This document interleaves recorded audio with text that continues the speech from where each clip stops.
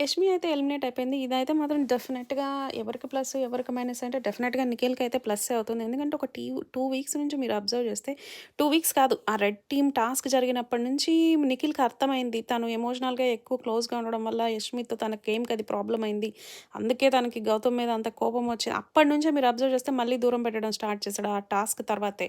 తను బ్యాడ్ అయింది. తను నెగెటివ్ అయింది. తనలో ఉన్న ఒక నెగెటివ్ షేడ్ బయటకొచ్చింది కూడా ఆ టాస్క్‌లోనే గౌతమ్‌తో గొడవ కావచ్చు, అంతా కావచ్చు. సో, పైగా ఈ వీకంతా ఇంక ఎక్స్ కంటెస్టెంట్స్ వచ్చి ఒక్కటే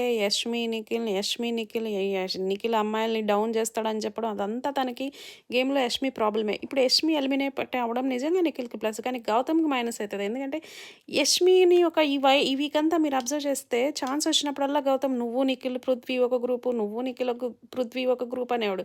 ఇంకిప్పుడు అనడానికి అక్కడ యష్మి లేదు. ఇంక అంటే డైరెక్ట్‌గా నిఖిల్‌తో అనాలనమాట. సో, లేని కంటెస్టెంట్ గురించి మాట్లాడాలంటే కష్టమే గౌతమ్‌కి.